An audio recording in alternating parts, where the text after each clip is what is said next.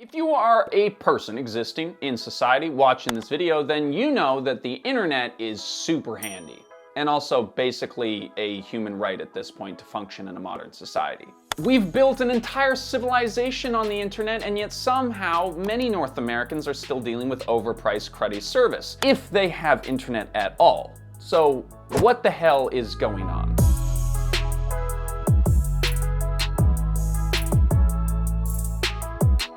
Today's video is brought to you by Patreon.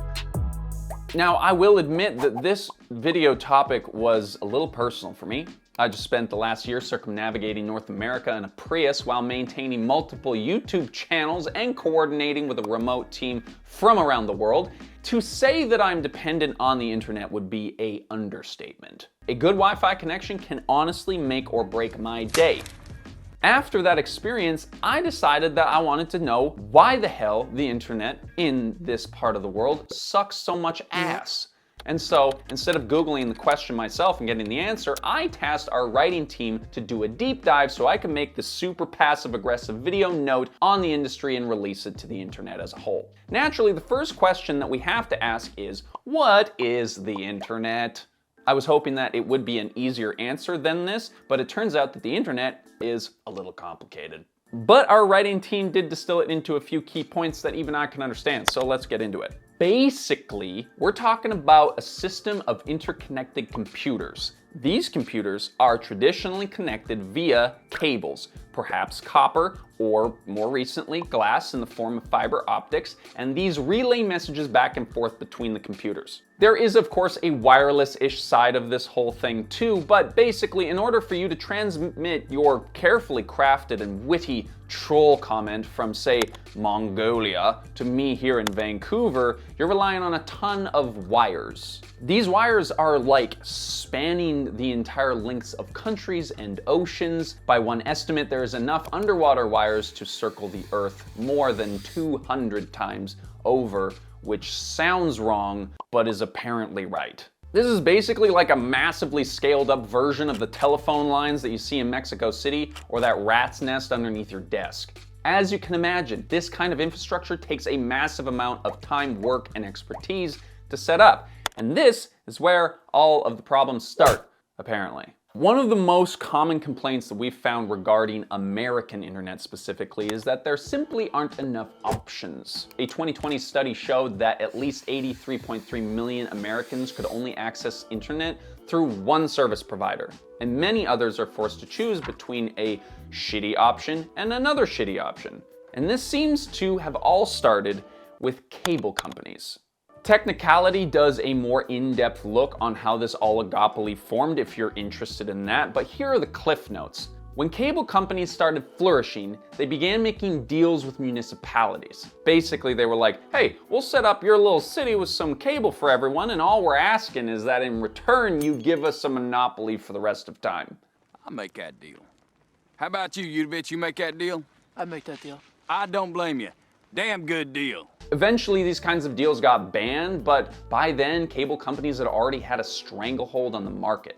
They'd each carved out their own little mini monopolies, and competition became virtually impossible. Because see, here's the thing about cable, and now the internet. It forms what is called a natural monopoly, where the barriers for entry are so high that it is simply not worth it for competitors to enter the market. In this case, an interested competitor would have to require all of the right permits, dig their own trenches, lay down their own wires before even making a penny on this. To gain customers and recoup costs, they'd have to offer something better than what's already available. But how are you supposed to do that when the local bigwig can just lower their prices and choke you out? To add insult to injury, these cable companies started merging like crazy, even further reducing the competition. In just a couple of decades, the four biggest cable companies accounted for nearly 40 mergers and acquisitions. And then, because that wasn't enough, those left standing made handshake deals to stay out of each other's territories. By the time the cable lines supplanted telephone lines as the way to access internet, cable companies had already created such a tight-knit oligopoly that they dominated the internet scene as well. God. It's like when you're the only child, you know, and you're getting all of the love and attention from your family that you should have gotten, but then on top of that, you get all their money when they're dead too. That was dark. Oh, and my battery's dying. So look, I don't want to give away the whole video in a sentence, but basically without competition, these service providers have basically no incentive to do anything right for the customer, which is you. And because of the infrastructure is so massive, nobody's going to swoop in and offer lower prices or better service. So they can do pretty well whatever the they want, and we're just stuck with what they have to offer. Aside from being very frustrating and expensive, this has some real world implications too. For example, service providers aren't all that incentivized to expand to rural communities specifically.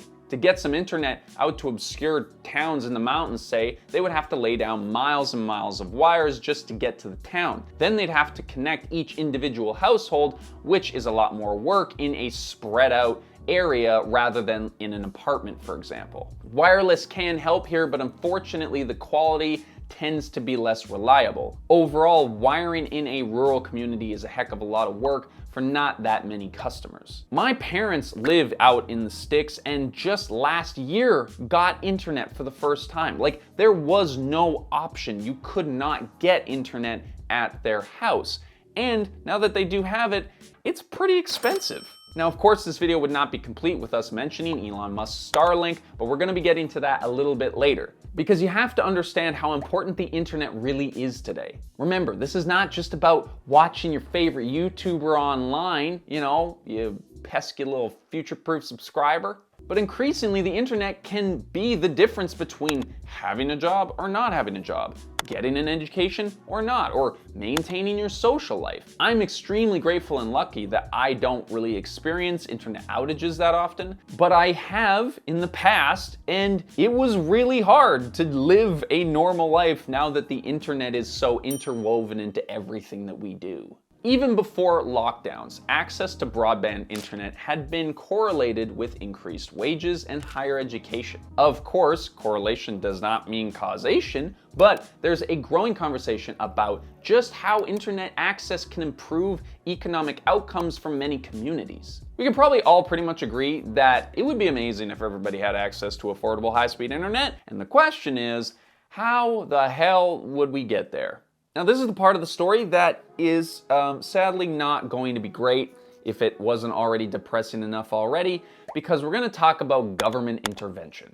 In theory, the government could just regulate this industry to provide enough incentives for competition to naturally grow. There has been a lot of discussion about price capping or even turning the internet into a public utility like water, but most of the time they just end up chucking money at the problem. Now, so far, the first two have not been tried thoroughly, and the third typically doesn't produce the desired effects that we're looking for. New administrations come into power with big promises, and then they throw a couple $2 billion into internet infrastructure in an attempt to reach rural communities, for example, and the results are slow moving to say the least. Like, we're talking like 2 megabyte upload speed slow.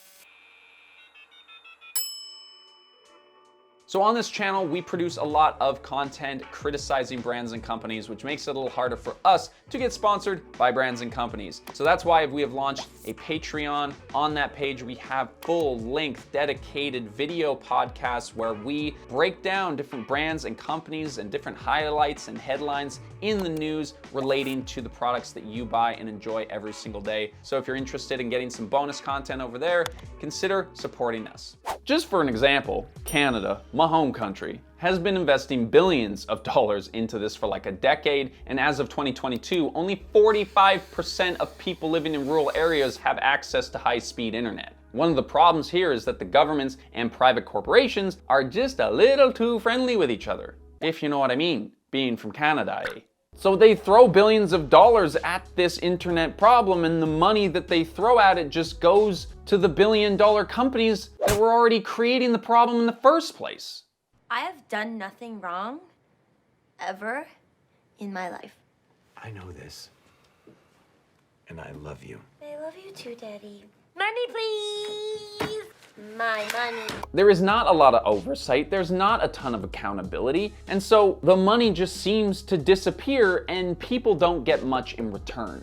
There is a lot more complexity to this situation, of course, but the bottom line is the internet still sucks, so clearly throwing money at the problem isn't working. But here is one circumstance in which the government, the municipal government, has actually fixed this issue. Chattanooga, Tennessee is kind of like the golden child of municipal internet. Back in 2009, the city decided that they had enough of their current service providers and built their own. They got sued 4 times by the cable companies, of course, because they're assholes, but they persevered and won themselves some of the fastest internet speeds in the country for below average prices. Next thing you know, young people are flocking there, the economy is bustling, and the municipality earned its money back. There is a concern, of course, that giving municipalities the power to build their own internet is just switching from one monopoly to another, but the thing is, Chattanooga didn't outlaw other service providers, it merely competed with them, pushing AT&T and Comcast to upgrade their own services or lower their prices. Which sounds super promising and wonderful, right? Boom, there's our solution. Build the internet at the municipal level and everything's fine. Who better knows the needs of their community than the community itself? Except that this is restricted in 15 states, legally. Internet providers spend massive amounts of money lobbying the government, which might just have something to do with why it's so hard to get anything real done.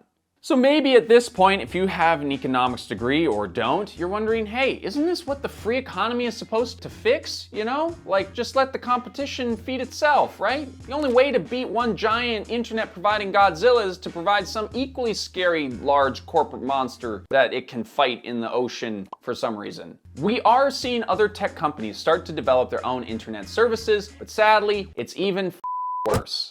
Facebook started offering free internet in developing countries with plans to expand to the United States, while Google Fiber has been encroaching on the American market as the fastest internet provider in the country. Look, it's not the hero that we want, but if there is a company that can outcompete the internet oligopoly, it's Google. And even they have had their struggles. At the same time, call me paranoid, but it's a little hard to fully trust these people's motivations. Now, the whole Facebook internet thing is really dystopian. Free Basics has been accused of digital colonialism and was even banned in India over concerns over net neutrality.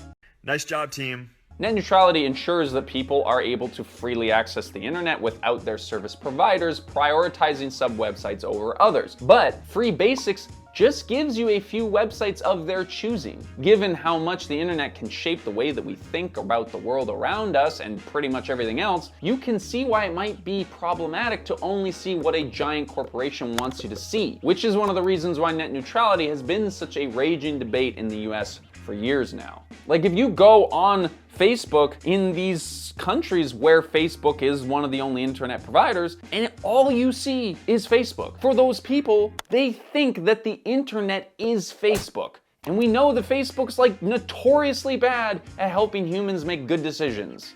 But of course now we are coming to Elon Musk's Starlink, which probably deserves its own video at some point. Apparently Elon Musk's goal is to cover the entire world with accessible internet by launching 42,000 satellites into orbit, which is 15 times more than what we had as of 2021. Now, if you're feeling that this has some similarities to the whole cable and internet provider story that we shared at the beginning of this video, you're not wrong, because Amazon has also joined the race. With no real regulations in place to stop this satellite race to space, we could see tens of thousands, hundreds of thousands of satellites encasing the Earth in the next decade. Now, I'm not an astronomer or an astrologer because I don't care what my star sign is and I don't stare at the stars too often. I'm a Scorpio, if you're wondering. But I know that there have been concerns about what this might mean for our ability to see space, let alone research it. And who knows the potential consequences of launching a bunch of really sharp pieces of metal into the atmosphere could be.